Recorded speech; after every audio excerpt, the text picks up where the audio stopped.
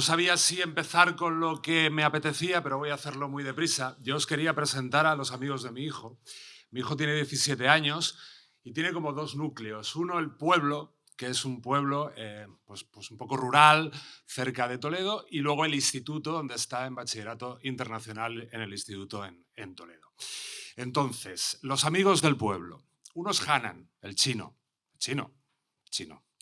Le regañan por llamarle el chino, pero es que es el chino de toda la vida, y lo quiere con locura. El chino no lee nada, no lee absolutamente nada, pero se acaba de sacar el carnet de conducir, sin leer el libro del carnet de conducir, viendo tutoriales. Luego está el Ayub.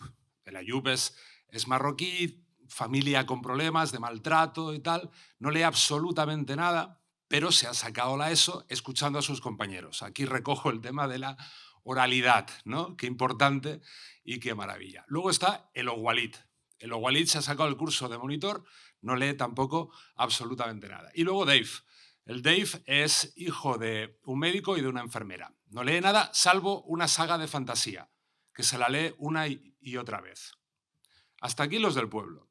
Y luego los del instituto. El instituto en bachillerato internacional son una panda frikis. Entonces está Samuel, que lee libros de política. Está Clara, que lee a Dostoyevsky. Todo Dostoyevsky. Lo hablaba con Diego. No sé qué pasa entre ciertos adolescentes con Dostoyevsky. Es alucinante. Está Elvira, que es hija de bibliotecaria y que ha estado muy enganchada con Wattpad. Y Elvira defiende que de Wattpad ha salido grandes escritoras. Y finalmente está Óscar, que es de Yuncos, es un pueblo así más dentro todavía, y Óscar no lee absolutamente nada, salvo los resúmenes de los libros que les obligan a leer. Y Yerba, que Yerba, como tiene dibujos, este sí que la engancha un poco más, pero luego la ha cansado porque había demasiado texto. Yo no creo absolutamente nada en las encuestas. Esto es como una encuesta que hacemos ¿no? Estas encuestas a pie de calle. Esto no es representativo, esto no es demográfico, esto no tiene ninguna validez. Pero sí que creo que da algunos hilos de los que tirar o de los que pensar en torno a esta idea de cómo estamos llegando a los lectores de colectivos vulnerables, ¿no? Y a mí me hizo pensar mucho.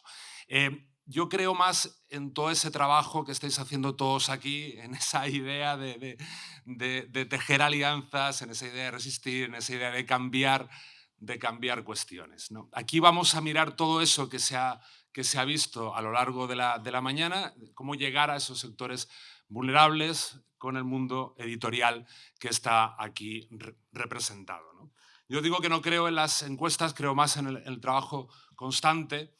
En Un país para leerlo, el programa junto a Culturas 2, del que soy responsable, lo que más me gusta hacer, y lo comentaba con ellos, conozco bien Ambra, también una librería maravillosa en Gandía. Quiero hacer un programa en Gandía para que salga Ambra. Lo que más me gusta de este programa es la radiografía de librerías, que me parece la primera línea de la cultura, ¿no? Muchas veces. Una radiografía de librerías que te emociona cada vez, en cada lugar, en cada pueblo, en cada ciudad. Y me gustan también los clubes de lectura y las bibliotecas, todos esos programas maravillosos que intentamos contar y que son alucinantes, con bibliotecarias, bibliotecarios súper metidos. Aquí hay gente del mundo editorial y también me reconforta un poquito. O sea, cuando os veo pienso todo lo que me falta contar, pero también pienso en alguna de las cosas que hemos contado. Sacamos una pieza de Galder y de la iniciativa con el Athletic de Bilbao hace tiempo, y era impresionante el estadio y en medio el club de lectura en medio del césped. Siempre me ha dado pena que no lo hiciera también el Betis, que no lo hiciera el Sevilla, que no lo hicieran los otros. Y siempre sigo esperando que se unan, como tú decías, más.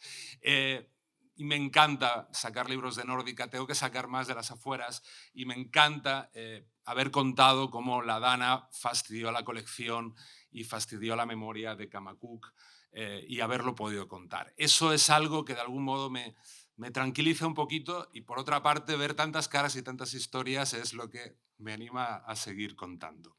Vamos ya con el mundo editorial y de autores, de cómo hacen ellos para llegar a todos esos colectivos, ¿no? Me gustaría empezar con Azara Palomeque, Es poeta, narradora, pensadora, es flamante responsable de Cosmopoética, le podéis pedir ir a recitar. Ha colaborado con... Colabora y ha colaborado con mucha prensa. Es autora de poemarios como Currículum, como El diente del lobo, de la novela Huracán de Negras Palomas y del ensayo Vivir peor que nuestros padres, donde retrata algunas de esas vulnerabilidades de las que vamos a hablar ahora. También en Crónicas catastróficas de la era Trump analizó todo lo que ya era y apuntó todo lo que podría venir, ¿no? Desmitificando el sueño americano. Lo está cumpliendo a rajatabla, peor. Está superando incluso tus expectativas. Y desnudó esa sociedad sin estado del bienestar, ¿no? Donde se queman libros, y también nos enseña lo importante que es tener esto y estas jornadas y estas cosas. Nada, no sé, para que alguien pueda leer determinadas cosas y acceder a lectura, también se tiene que publicar y se tiene que traducir eso, ¿no, Azahara? Sí. Bueno, muchísimas gracias a todos, Miguel Ángel, María José, gracias por invitarme. Yo he preparado un pequeño texto, pero no os voy a dar mucho la chapa. Algunas de las cosas las ha adelantado aquí mi amigo Monegal, pero no te he plagiado, te lo puedo asegurar. Y el título es tan amplio, ¿no? Los libros, material de lectura, disponibilidad de los libros, bibliodiversidad, formatos, traducciones, piratería, que me resultaba muy difícil fijarme en un tema concreto. Lo que he hecho es abarcar varios que de alguna manera se relacionan. Bueno, una mañana de noviembre del año 2016 cogí un tren muy temprano para acudir a una cita con un escritor al que yo admiraba muchísimo. Él había accedido a desayunar conmigo después de que yo le hubiese enviado un correo muy largo donde le hablaba de su obra y de las casualidades vitales que conectaban nuestras raíces andaluzas con la ciudad que nos unía en ese momento, que era Nueva York. Así que me puse el abrigo y, ni corta ni perezosa, allí me planté en Nueva York, temblando de emoción y de miedo a parecer idiota. Antonio Muñoz Molina me recibió de la manera más cariñosa que un célebre literato puede dar la bienvenida a una desconocida. Pagó los cafés y los pasteles del desayuno, me regaló un cuaderno y desplegó una conversación, bueno, pues como él es, ¿no? Que todavía recuerdo muy bien. Sin embargo, en 2016, cuando le di el único libro que yo tenía publicado entonces, que era un poemario pequeñito, se llama American Poems, me hizo una pregunta que todavía me duele. Me dijo, ¿y eso es todo lo que has publicado? Para alguien que se consideraba escritora, la aparición de ese poemario, solo de ese poemario, cuando yo ya había cumplido los 30 años, le pareció insuficiente. Yo me quedé encantada con el encuentro y a día de hoy nos llevamos muy bien, pero también sentí una amargura por dentro, porque mi falta de publicaciones no se debía a la pereza, al contrario, ya tenía varios manuscritos a los que no era capaz de darle salida.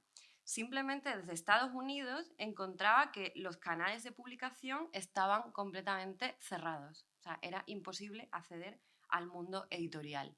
¿Cómo le iba a explicar yo eso a don Antonio Muñoz Molina? Así que al final no le dije nada y me marché de allí con una media sonrisa y con la frustración de haberlo decepcionado, porque yo creo que él estaba decepcionado. Desde entonces mi trayectoria ha corrido mejor suerte. Durante la casi década prodigiosa que ha transcurrido, ironía en lo de prodigiosa, he logrado aunar una actividad literaria con las puertas que el mercado me ha ido más o menos cediendo, sobre todo desde que me instalé en España en el año 2022. O sea, vivir aquí es muy importante. Sin embargo, si vamos a hablar de bibliodiversidad, que es una de las palabras que está en el título, y disponibilidad de creaciones literarias, creo que también es preciso mencionar los libros que no existen o los que podrían no haber existido nunca, los candados a las voces nuevas, las tupidas redes tejidas entre editores y medios de comunicación por las cuales no se cuela un alfiler a menos que alguien te invite. Mis dificultades se pueden rastrear en un proceso migratorio al que se puede unir un origen humilde y mi propio desconocimiento también de estrategias de marketing o de cómo funcionaba el mercado. Pero siento que un foro por el derecho a leer debe atender también el derecho a publicar, pues lo que no se publica muere en los rincones polvorientos de algún disco duro. ¿De qué manera se pueden institucionalizar mecanismos de visibilidad, de existencia para autores y autoras emergentes que no pasen por los, o solamente por los cafés y las cañas, que suelen ser como los ambientes en los que se decide todo, ¿no? Los cafés y las cañas? ¿Cómo garantizar el desarrollo del talento más allá de la habitación propia? O sea, yo sí tenía una habitación propia, pero después de la habitación pues no había nada. Bueno, había un océano, el océano Atlántico. Ahora, teniendo una confluencia de apoyos alrededor, continúo experimentando distintos obstáculos, por ejemplo, a la hora de ser traducida, incluso a la hora de publicar a veces también, y a la hora de lograr aceptación social alrededor de una escritura relativamente experimental que a veces se materializa en un registro culto. Así, este recién inaugurado problema no respondería tanto a las limitaciones frente al acceso al mercado, que era de lo que hablaba hasta ahora, como a la configuración del gusto. Un asunto, como aprendimos con Bourdieu, mucho más espinoso, ¿no? ¿Cómo se configura el gusto de la gente? O sea, que es un poco la pregunta de no solo hay que leer, sino qué leemos, ¿no? Que le has dicho antes, Antonio. ¿Qué nos gusta y por qué nos gusta? Bueno, voy a abrir una minúscula caja de Pandora, porque sé que no tenemos mucho tiempo, no quiero que me regañes, respecto al lugar que ocupa la literatura actualmente y la cultura en general. Vuelvo con María Pombo, la influencer María Pombo, aunque a la que yo no conocía, anunció con orgullo su ínfima o inexistente voluntad de leer, así como el hecho de que los libros en teoría no nos hacen mejores personas, y yo sí que lo interpreté por el lado moral. Pero no me voy a meter aquí en encarnizadas batallas morales, aunque sí considero necesario subrayar este ejemplo como parte de una sintomatología social que apunta al desprestigio público del conocimiento y a la maquinaria bien ensamblada que lo promueve, formada, entre otros factores, y tengo varios, por el estrangulamiento financiero de las universidades, por ejemplo, la destrucción sistemática de la atención, la memoria y otras habilidades cognitivas o intelectuales por parte del oligopolio digital, el constreñimiento de ciertas formas culturales si no encajan con la etiqueta del entretenimiento, o sea, si la cultura no se asemeja al entretenimiento, se suele descartar, o la pérdida de autoridad que sufren muchos saberes o el saber en general, cuya manifestación más evidente para mí es el fenómeno del negacionismo. O sea, esa pérdida de autoridad del saber se manifiesta en el negacionismo, que puede ser climático, que puede ser negar la violencia de género, negar, pues, no sé, la efectividad de las vacunas, hay tantos tipos. ¿Cómo vamos a adoptar un vocabulario, ya vuelvo a la literatura, medianamente sofisticado o una sintaxis medianamente alejada de la complejidad del manual de instrucciones del microondas si el mismo presidente de Estados Unidos se expresa, según varios estudios, como un niño de primaria, ¿no? O sea, están faltando digamos, una elevación del propio lenguaje y del propio conocimiento. Voy más allá y ya me queda poco. En esta degradación del lenguaje que estamos viviendo también participan editoriales que prefieren no arriesgar y engordar sus alcancías con bestsellers, o sea, hay una presión por ganar dinero. Televisiones que reducen la programación cultural, televisiones, radios, etc. O el mismo receptor, el mismo lector o lectora que, agotado y desesperanzado, llega a su casa y lo último que quiere es toparse con la reencarnación de Joyce. Y lo decía antes también una compañera, ¿no? O sea, el no tener tiempo para dedicarle a la lectura o no tener tiempo de calidad. Resulta contraproducente, yo creo, hacer una acusación directa, porque al final es un enjambre de causas las que tenemos, lo cual no quita para que a mí me siga preocupando una pérdida generalizada de nivel cultural, educativo y del civismo que creo que suele venir con ambos. Se podría pensar que abogo por un elitismo de las letras, pero de hecho se trata de una reivindicación opuesta. Aquí, como en todo, hay varias maneras de proceder. Por ejemplo, una escritora como Annie Ernaux ha defendido durante toda su vida una depuración lingüística que ella atribuye a la fidelidad pactada con su clase social baja. O sea, ella decía que no quería un lenguaje alambicado ni nada de eso porque venía desde abajo y lo consideraría una traición. Sin embargo, nunca ha esquivado la profundidad filosófica o el análisis histórico. Annie Ernaux, por ejemplo, en un libro como Los años, tiene un análisis histórico increíble. Yo crecí viendo a mi abuelo, que solo estuvo escolarizado hasta los 12 años, porque ahí fue cuando empezó la guerra, leer los periódicos como si fuesen novelas. Empezaba con la primera página y terminaba con la última. Para él el periódico era una novela. También hay una economía ahí, ¿no? De decir, he pagado por esto, entonces tengo que leer absolutamente todo. Mi abuela, que estuvo escolarizada hasta el mismo año, 1936, pero solo tenía 8 años, transitó un estado de semi-analfabetismo que acabó cuando una Zahara pequeñita empezó a llevar sus cuentos a casa. Ella me veía a mí llegar con los cuentos infantiles y decía, ah, pues esto sí que lo puedo leer, ¿no? Porque en realidad se adecuaba al nivel que ella tenía de lectura cuando dejó la escuela con 8 años. Y al final mi abuela fue creciendo en lecturas conmigo, con esos libros de 8 años, de 10 años, de 12 años, y acabó leyendo, cuando ya era muy mayor, Cumbres borrascosas.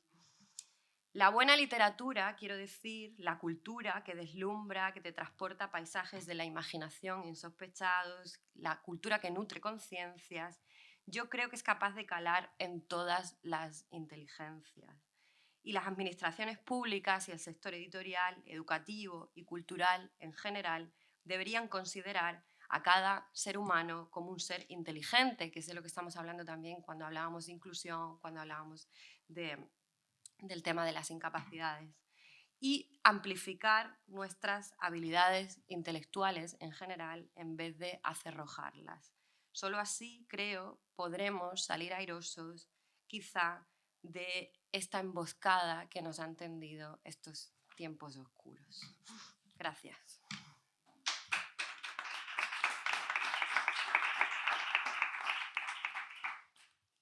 Gracias, Azahara. Seguimos con Joan Escrivá, responsable del Camacuc.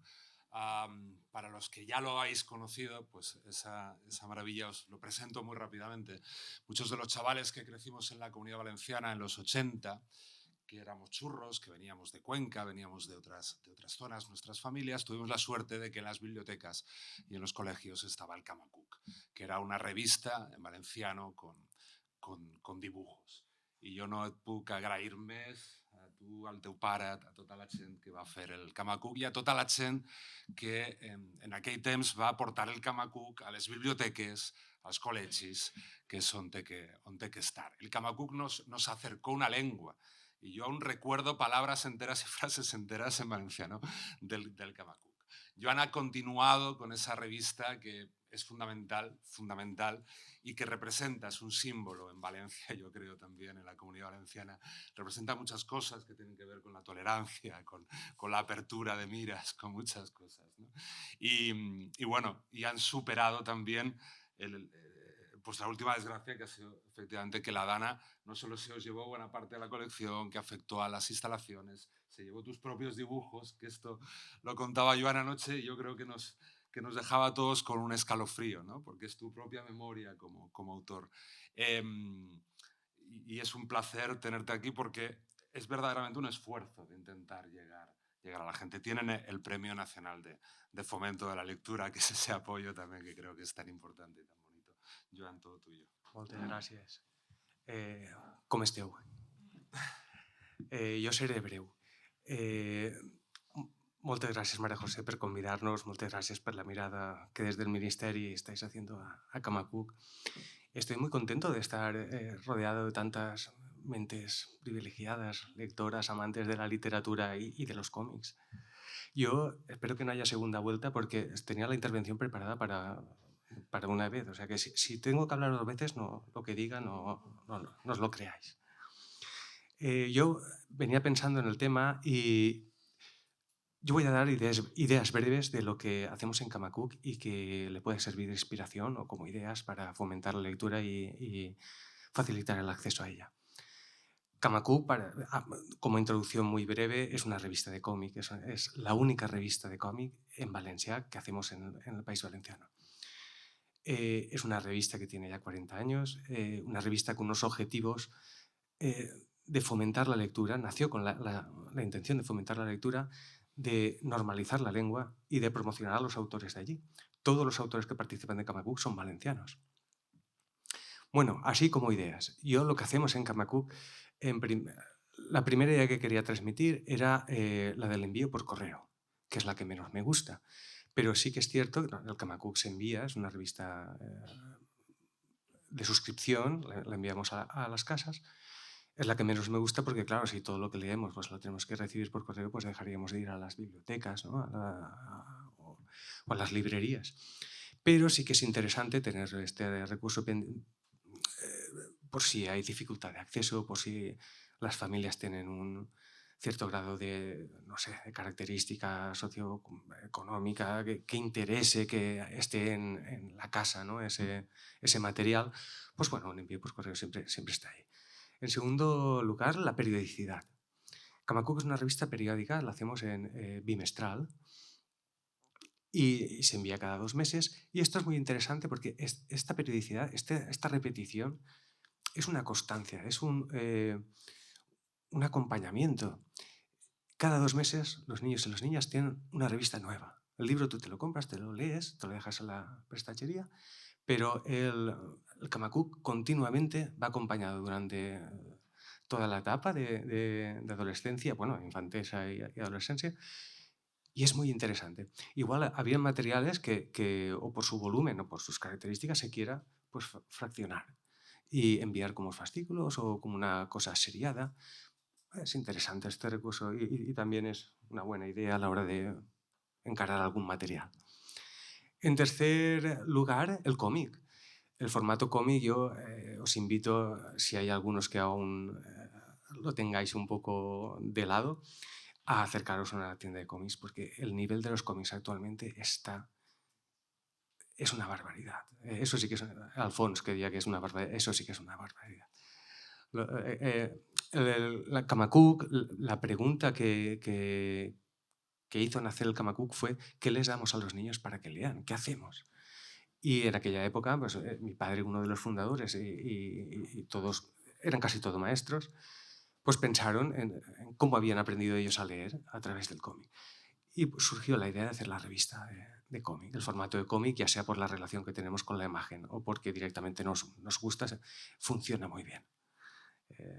Es un formato muy a tener en cuenta. Solo tiene un problema. Si todo lo que contamos lo contamos en cómic, al final nadie leerá cómics. Se perderá la gracia. O sea que hay que cogerlo con contagotas y yo creo que seleccionar un poco. Otra idea que quería transmitir, y esta, yo no sé si se habrá comentado en otras jornadas, pero me parece muy importante, que es en educación hay un elemento que vertebra el currículum, que es la dualidad que existe entre leer y escribir y hablar y escuchar. Todas las asignaturas tienen por norma transversal fomentar la lectura, pero no todas fomentan la escritura. Y sobre todo, y me refiero a la escritura creativa. Cuando tú te enfrentas a un papel en blanco con una idea, una historia, el trabajo que haces para tú organizarlo, pensar qué vas a poner, qué no vas a poner, cómo lo vas a hacer, qué emociones quieres, qué ritmo vas a poner, todo ese trabajo, enfrentarte a los diálogos, solucionar todos los problemas, es un trabajo riquísimo, pero riquísimo.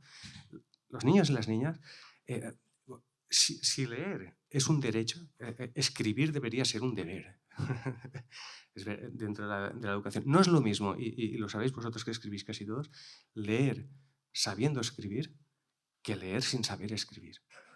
Esto, mi madre, a mí no me gusta generalizar, pero mi madre escucha, igual le pongo a Coltrane o a Miles Davis o algo, y che, que me toca el tío este, ¿no? Toca bien. Pero claro, tú cuando eres músico, tú escuchas tocar jazz o escuchas tocar, cuando pintas, ves cuadros de la gente que ha pintado y no estás viendo igual que mi madre o que... Entonces, es muy importante, siempre que se trabaja con el fomento de la lectura, trabajar también con el fomento de la escritura. Kamakuk, esto lo sabemos hace mucho tiempo y hace muchos años que hacemos talleres de cómic en los centros educativos. Hacemos un montón, unos 100 al año, una cosa así.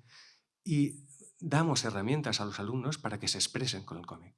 Los alumnos se sienten, es un taller muy divertido, muy efectivo, muy dinámico, muy bien acogido, muy valorado. Y ellos se sienten capaces, lo dibujan, se tiran, lo alargan todo lo que pueden. O sea, durante toda la semana dibujen. Se expresan con el cómic, identifican, después lo ven en otros cómics y mira, esto es cómo se ha movido, lo valoran. Aquí yo creo que estamos ante el lector, ¿no? Se cierra un círculo, ¿no? de la lectura y la escritura.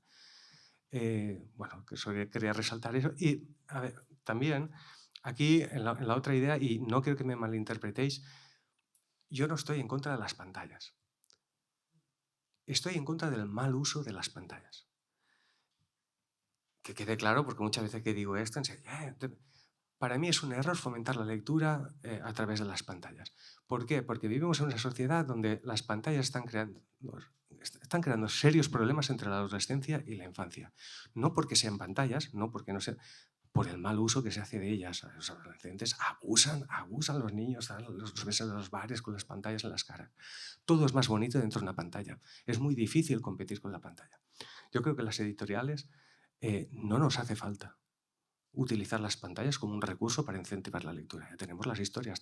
¿Quieres leer? Cógete un libro.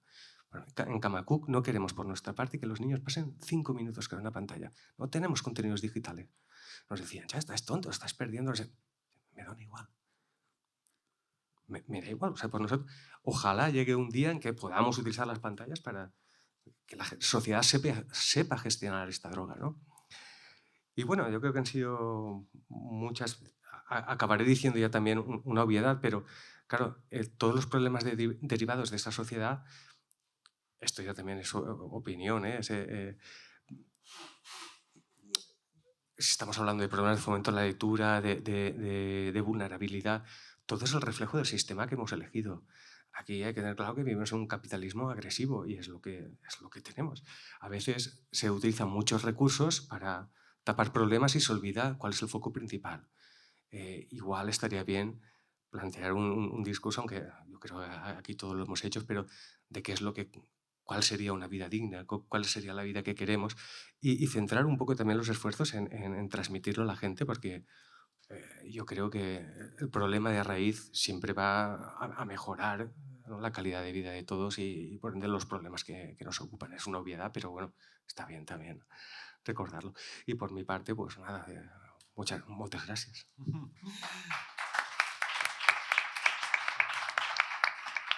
Gracias, Jana. Hablaba Zahara antes de las editoriales que no arriesgan. Hoy tenemos la suerte enorme de tener dos editoriales que arriesgan, que han arriesgado, que han marcado también el camino del riesgo y un camino también de verdad, que cuando vi que estaban en esta mesa para mí fue una alegría inmensa. Empezamos con Magda Anglés, Las Afueras, desde 2017, publicando la literatura de los márgenes, descentralizando el español, trayendo literatura de Latinoamérica, mucha y muy interesante, muy buena, y apostando por personas, y apostando por... tiene muchos libros muy interesantes. Estoy ahora para acabar el verano, se llama Preparado, no, que se llama Es Prontos, Listos Ya, pero tiene un libro. Han publicado un libro maravilloso de María Teresa Andrueto, una profesora argentina, pensadora, que se llama precisamente La lectura, otra revolución, y que muchas de las cosas que estamos hablando aquí están ahí también. Y yo quería leer 3 líneas de esto. Dice María Teresa Andrueto: no creo en los libros ni en la literatura fuera de los lectores. Para que un libro sea para un chico o un adulto, no un objeto inerte, sino ese artefacto que interroga, que interpela, que ahonda en nuestra viva condición, debe ese chico o ese adulto convertirse en un lector. Tenía mucho que ver con lo que Antonio contaba, con lo que se ha ido contando a lo largo de toda la mañana. Pues cuando quieras, Magda. Pues muchas gracias por la presentación y muchas gracias, María José, por la invitación.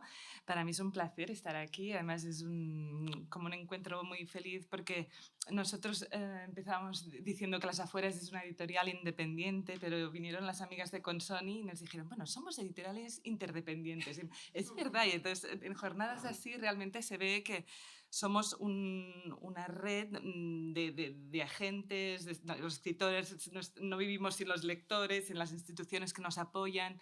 Entonces, esta red que logramos tejer y que tenemos que sostener con un afecto, unos cuidados que no dejan de ser también políticos, pues bueno, estamos felices de estar en esta red y resistir. Las Afueras nació en 2017 con esta idea y con una vocación de poner en circulación textos que tradicionalmente se han considerado al margen, ¿no? Pero claro, esta reflexión te lleva a preguntarte pues, qué está en el centro, ¿no? Y por qué está allí, ¿no? ¿Por qué estas voces o qué es lo que legitima el canon literario y qué es lo que deja fuera? Y además también qué tipo de lenguaje, ¿no? De lengua. Lo que hablabas de la descentralización o descentralizar la lengua en relación a la lengua española, nosotros hemos intentado también ofrecer una diversidad de variantes, ¿no? Tenemos muchas autoras argentinas, bueno, menciona a María Teresa Andrueto, que también le he traído, pero está Mariana Trabacio, Pedro Lemebel, Piñen, de Daniela Catrileo, que también es una autora que además utiliza el mapuche. Y nos interesa que en esta diversidad de lenguas sea una diversidad en la que reconocernos como lectores en español. Por cierto, he pensado en Antonio, ha mencionado el club de Dua Lipa y Daniela Catrileo, que no es una escritora indígena mapuche, la recomiendo, que es lo culo. Me ha encantado también la intervención de Galder, que yo no tengo ni idea de fútbol, y entonces me ha interesado muchísimo. Y ni en mis sueños más húmedos pensaba me imagino, en la fundación del Barça, que Yamila Mal recomendará una lectura de Colonial. Bueno, esto me parece pura fantasía. Ojalá suceda algún día, ojalá. Nosotras tenemos unas cuantas, o sea, quizás le mando los libros a él como el próximo influencer de la grapa de Marianne Desviol. En fin, nosotros tenemos 2 colecciones. Esta primera colección que iniciamos en el 2017 tenía una vocación muy abierta. He hablado del uso del lenguaje, de una literatura y la lengua española pues, con todas sus texturas y riquezas, y que en esa necesidad de reconocerlos en la diversidad, sobre todo, pero también confrontándose a la rigidez de lo normativo, ¿no? Y luego con todas las... empezamos a hablar mucho con los lectores, ¿no? Porque siempre insisto, son Las Afueras, estoy yo, pero falta un 50%, que se llama Francisco York, que es mi socio. Espero algún día que nos veáis juntos, porque Antonio también ha hecho la broma en plan de nunca os veo juntos, pero sí que trabajamos codo a codo. Entonces pensamos, había toda esta reflexión sobre qué nos convierte en lectores, cómo llegamos allí, a quién pertenece la literatura, a quién dicta lo que es literario y lo que no. No solo el canon comercial, los prescriptores, ¿no? ¿Qué pasa con todo esto? Entonces lanzamos esta colección que titulamos Ensayos Chiquitos, y os voy a explicar sencillamente el primer título y el último, que es este de María Teresa Andrueto. El primero es Silencios, de Tilly Olsen. Tilly Olsen es una escritora maravillosa norteamericana de origen judío, de clase trabajadora, que tuvo 4 hijas y tuvo muchas dificultades para encontrar el tiempo para escribir, ¿no? Hablabais de la falta de tiempo, pues ella habla mucho de eso en sus textos, y cuando tenía 50 años tuvo la suerte de que le dieran una beca para irse un año entero a Harvard a estudiar. Entonces vendió todas sus cosas, se compró una furgoneta, cargó sus 4 hijas y su marido y se pasó un año en Harvard. Entonces allí estuvo leyendo encerrada en la biblioteca. De nuevo, las bibliotecas como acumulación de los saberes, ¿no? de las tradiciones y, bueno, y del conocimiento, evidentemente. Y cuando termina el año tiene que hacer una ponencia, un texto, y ella escribe silencios, que son todas estas voces que ella ha echado de menos, ¿no? Todas estas escritoras que no han, sobre todo mujeres, escritores que por su color de piel o clase social no han podido escribir y cuya voz debe ser rescatada, ¿no? Y habla de cómo estos silencios son políticos y es una invisibilización muy intencionada. Alfonso ha hablado de Concha Alós y otras tantas mujeres que se han perdido por el camino y que hay una... por suerte tenemos mucho trabajo las editoras para rescatar. Olsen para nosotros también ha sido como una guía, ¿no? Como para recuperar otras autoras, y luego el último título de esta colección es este libro de María Teresa Drueto, que también además de profesora es poeta ella misma. Ella proviene de una familia no especialmente boyante, pero que vivía en Córdoba, en la región rural de Argentina, donde no había libros. En su casa sí que se tenía un gran amor por la lectura, pero claro, ella cuenta en este libro, que es una suerte de autobiografía de cómo se construye como lectora, cuando entra por primera vez en una librería.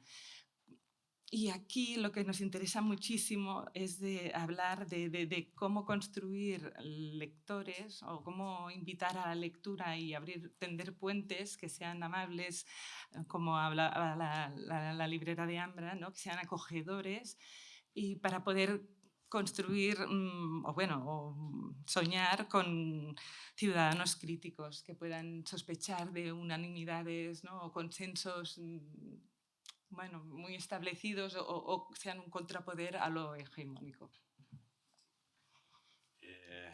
Hay dos cordobesas aquí en la mesa. Está María Teresa y está Clara.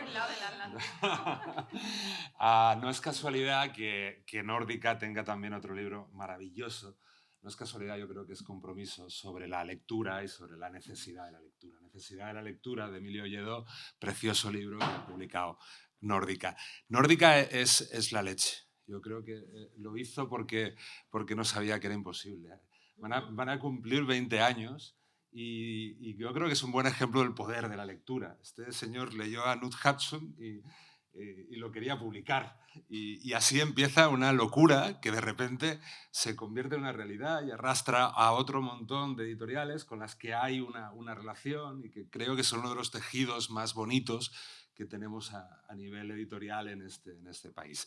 Diego lleva desde eso, desde 2006 con Nórdica, publicando a nórdicos, pero no solo a nórdicos, publicando grandes obras maestras y haciendo las ediciones él, cuidándolas mucho, mucho, mucho, haciéndolas casi comestibles, casi objeto de deseo, casi masticables. Y cuando nos llega un libro de Nórdica, casi nos ponemos alrededor, ¿no? Como los Reyes Magos, ¿no? Es decir, ha llegado un libro de Nórdica. Diego. Buenas tardes. Bueno, me sumo al agradecimiento por la invitación.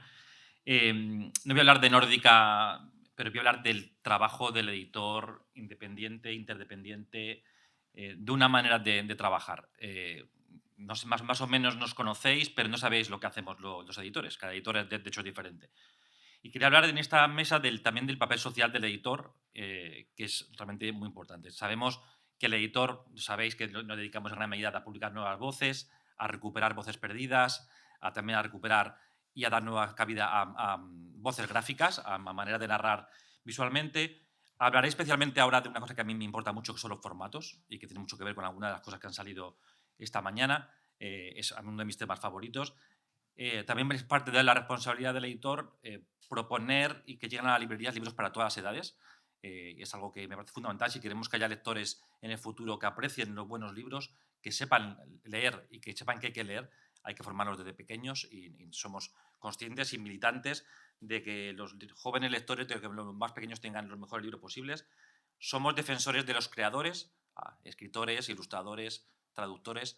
Vivimos de ellos. Aquí hay una buena representación de intersectorial y en Nórdica, como sabéis, defendemos mucho estos oficios, pero también defendemos mucho la cadena de valor del libro, y creo que es algo que esto no es Nórdica, esto pasa con gran parte de las editoriales independientes.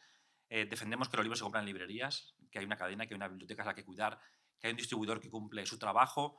Este respeto de estos oficios es esencial si queremos que el mundo del libro tenga la fuerza que merece. Trabajamos en la difusión de los libros activamente, con medios tradicionales, con nuevos medios. Somos activistas en nuestras comunidades. De hecho, Nórdica es una editorial de barrio, en un barrio periférico de Madrid, Aluche, en donde hemos creado una comunidad de lectores. En mi barrio de toda la vida es un barrio de 300.000 habitantes en el que no hay nada más cultural que la biblioteca y la editorial. Y afortunadamente hay recientemente una librería con la que colaboramos y hacemos un club de lectura con 50 personas todos los meses. Gente que no había leído antes y que ahora lee a Hamsun, lee poesía, lee libro ilustrado. Vamos a hacer ahora, hace poco estuvo Julio Llamazares presentando su último poemario, había 70 personas. Julio Llamazares dice, esto no me lo he visto en mi vida. Luis Mateo Díez va a venir dentro de unas semanas. Vamos a hacer un homenaje a Ángel González también. De manera que la vida de los barrios y las comunidades periféricas hay que defenderla. Y una cosa que me importa mucho parte que es uno de los temas de esta mesa, que es la disponibilidad de los libros, es algo que no sabéis y que es muy importante en el mundo editorial. Los libros, sabéis que en España se publican muchas novedades. Uno de los grandes problemas de las novedades es el deterioro de los libros. Hace años me di cuenta, cuando iba a mi distribuidora UDL, de que gran parte de los libros que llevamos a las librerías llegaban devueltos en mal estado. Pero no en tan mal estado como podéis imaginar, están ligeramente tocados. Y esos libros eran para destruir. Y me decía UDL, bueno, ¿lo mandamos ya a destruir? Y dije, ¿a destruir? ¿Cómo a destruir? ¿Qué es esto de destruir los libros? Sí, hay que destruir los libros, no puedes tener esto aquí, esto cuesta un montón de dinero. Y entonces decidí crear un equipo en Nórdica, el equipo de recuperación, la enfermería. Y lo que hacemos con esos libros, básicamente, y esto tiene mucho que ver con esta parte de trabajar con la exclusión social y con la vulnerabilidad, es que estos libros tengan una nueva vida. Somos el mayor donante del Hospital Clínico de Madrid, donamos a un montón de cárceles de España, casas ocupadas, prácticamente todo el que necesita libros, que no tenga presupuesto, eso es esencial. O sea, si tiene presupuesto público, tiene que comprar libros. Si no tiene presupuesto y tiene actividad cultural, tiene el libro de Nórdica. De hecho, tenemos un palé de libros determinados cada mes. Un palé. De ese palé, el 40-50% se va a donaciones. Y aquí me di cuenta del trabajo que tiene el editor, que pues, supongo que veis a los editores, sobre todo en películas norteamericanas, que vamos a fiestas, pues la parte esa glamurosa de la vida del editor, que bueno, a veces es real, pero generalmente no lo es bastante de trabajo solitario. Me di cuenta de que esto es una manera de contribuir al trabajo de la sociedad. Gente que no puede comprar libros, gente que nunca va a tener dinero para un libro, gente que está en una cárcel y que nos escribe agradeciéndonos porque ha leído una novela que jamás hubiese pensado que iba a leer. Hicimos, de hecho, con Juanjo Millás una vez un experimento. Fuimos a hacer también a la FOR, ¿sabéis? Esta experiencia que tienen en la factoría de leer con trabajadores. De manera que, bueno, yo creo que el trabajo también del editor tiene que ver con cómo visibiliza y cómo hace que los libros lleguen a todo el mundo. Y como te decía antes, hay una parte que me parece central del trabajo del editor y que no soléis ver o que no se suele ver, que es la parte del formato. Yo me declaro siempre heredero de Aldo Manuccio, conocéis al célebre editor e impresor veneciano del siglo XVI. Él fue pionero él se dedicaba a publicar libros de Platón, de Aristóteles, y que no leían nadie en aquella época. Están reducidos a un exclusivo número de lectores. Y él dijo, si cambio el formato y los hago más pequeños, voy a llegar a más gente. Y empezó a conseguir que miles de universitarios leyesen estos libros a los que nunca habían tenido acceso. Bueno, este editor, célebre por su buen gusto, por el uso de las tipografías más cuidadas, para mí fue un claro ejemplo de por dónde quería que fuese Nórdica. En el sentido de que el formato cuenta mucho. Por supuesto, el texto es esencial, nos dedicamos a que los textos sean cuidados, bien traducidos, bien corregidos, etc. Pero el formato dice mucho de cuál es tu voluntad como editor. Y uno de los motivos por los que yo maqueto todos los libros de la editorial, todos los 35 que publicamos al año, casi todos los maqueto yo, es porque no quiero desprenderme de esta parte artesanal y personal del libro. ¿Por qué? Porque la tipografía es importante. Y eso tiene mucho que ver con lo que decía Carmen esta mañana. Un trabajo que vimos hace años en Nórdica es que los libros que leemos con frecuencia tienen tipografías ridículas. Son difíciles de leer. Y nos pidieron muchos lectores que por qué no utilizamos tipografías más generosas, con mejores interlineados, de manera que la legibilidad fuese mejor. Y así lo hacemos en la editorial. Gran parte del catálogo está pensado para personas que, uno, o leen perfectamente y no tienen ningún problema, o tienen problemas de visión y necesitan tipografías mayores. Y esto es algo que es antieconómico, porque podríamos ganar más dinero si nuestros libros tuviesen menos páginas, pero me parece que es también una apuesta por llegar a sitios donde antes no se llegaban, ¿no? Pero también hicimos una cosa desde el principio que fue pensar en que los formatos no solamente son impresos. Obviamente el libro impreso es mi pasión, lo que más me gusta. Si conocéis nuestros libros sabéis que la calidad del papel, del acabado, de la encuadernación es esencial. Pero una cosa muy importante también es otros formatos que lleguen a otros lectores. Empezamos con el libro electrónico, fuimos la primera editorial en España en hacer libro electrónico, la primera del mundo en tener una aplicación para el iPad, una semana antes que Penguin. Y fuimos también pioneros en el audiolibro, que es un formato atípico, pero también hablando con lo que me cantaba Carmen esta mañana, me parece muy importante que dedicar parte de los recursos de la editorial a algo que no da dinero aparentemente, o en principio no da dinero, pero que es importante, y es que gente que no tiene acceso a los libros impresos lo pueda tener en formato audiolibro. Empezamos trabajando con empresas a las que dependíamos los derechos y de hace un tiempo nos dedicamos nosotros a hacer audiolibros, precisamente para eso, para que el formato no sea un obstáculo. Al final, el formato se trata de que sea un aliado para difundir mejor los libros. Bueno, esto era lo que quería comentaros. Digo, esto es nórdica, son más editoriales, pero es una manera de trabajar pensando no solamente en el rendimiento económico, sino también en la parte social del editor. Gracias. En lugar de hacer una segunda vuelta completa, os lanzo una pregunta y así cerramos, y si alguien quiere también esa pregunta desde su...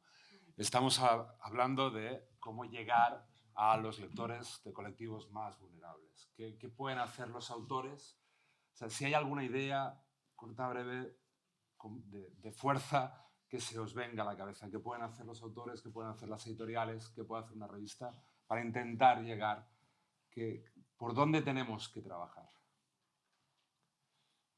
A esos colectivos, a ese Hanan, a ese Ayub, a Walid, a que Dave deje de leer la misma saga siempre, que lea alguna cosa más. Como autora, bueno, yo tengo no es un conflicto, ¿no? Pero hay lugares a los que digo que no voy porque no pagan. O sea, yo defiendo cobrar por mi trabajo, pero también hay una parte activista de ir a asociaciones culturales, asociaciones de vecinos, voluntariado. Yo, por ejemplo, cuando vivía en Filadelfia, había una organización, una ONG, que trabajaba con niños mayormente nacidos en Estados Unidos, pero de padres mexicanos. Se llamaban Mighty Writers, que es como escritores así brillantes. Esos niños tenían una dificultad tremenda al distinguir los idiomas, a manejarse, al comunicarse con los padres y en el cole. A veces ejercían de traductores, ¿no? Que se ha comentado aquí, de documentos oficiales para los padres. Entonces ahí hice un voluntariado como autora, pero también, o sea, a nivel lingüístico más básico, ¿no? Para enseñarles inglés y español y enseñarles a distinguirlos. Y luego leímos algunos poemas míos, o sea, sí que había una parte literaria, pero había otra parte de andar por casa, de decir cómo te vas a manejar en la vida, ¿no? Entonces yo defiendo mucho, pues eso, ir a espacios que realmente lo necesitan, utiliza bien tu tiempo y calcula en qué lo empleas y de repente tus libros están ahí, los poemas están ahí, pero no solo tiene que ver con ser autora, sino con ejercer es un civismo y, ¿sabes? Y compartir con el resto de la ciudadanía. Diego. Yo creo que, bueno, ya he dicho, hay que llevar los libros a la calle. Este eslogan del gremio, ¿no? que hacemos en Madrid también. Los libros tienen que estar en la calle, hay que llevar los libros hay que salirse de las zonas centrales, de donde está la venta fácil, y hay que llegar a zonas periféricas, en ciudades, en pueblos, en sitios donde realmente la gente necesita los libros y no tiene acceso a ellos. Estoy de acuerdo. Nosotros tenemos una experiencia en la escuela en la que van mis hijos, una escuela segregada, de alta complejidad. Tenían la biblioteca cerrada porque no había dinero ni para pagar a un bibliotecario. Estaban todos los libros en cajas. Desencajamos todos los libros. Mi suegra hizo los cojines, implicamos como a varias gente, y ahora la biblioteca es un espacio donde está abierto y un día a la semana estamos ahí para dar la bienvenida a quien quiera, a todos los niños que quieran. Es decir, que llevar los libros a la calle o abrir espacios donde sea para que todo el mundo tenga la posibilidad de leer. Y luego lo de los libros me parece una idea fantástica. Nosotros no tenemos un palet, tenemos como algunos... Pero sí como los espigadores, ¿no? De Agnès Varda, intentar como revender lo que hemos intentado venderlos los vendemos para poder comprar nuevos libros para esta biblioteca escolar. Pues, y para acabar, si no llevamos los libros a la calle, pues en Camacuc llevamos la calle a los libros. La revista está abierta totalmente a la participación de todos los niños y las niñas. Lo publicitamos siempre que podemos. publicamos todos los cómics que nos envían, todos los relatos que nos envían, convoyamos a los colegios para que animen a los niños a enviarnos publicaciones que escriban ellos, que lo dibujan. Es muy importante porque sabéis que a los niños les encanta leer cosas que han escrito los otros niños. Pues es una forma también de favorecer el fomento y la accesibilidad. Lo dejamos aquí. Gracias, de verdad. Yo creo que salimos todos con la cabeza prendida, ¿no? de esto, y eso es lo bueno. Gracias.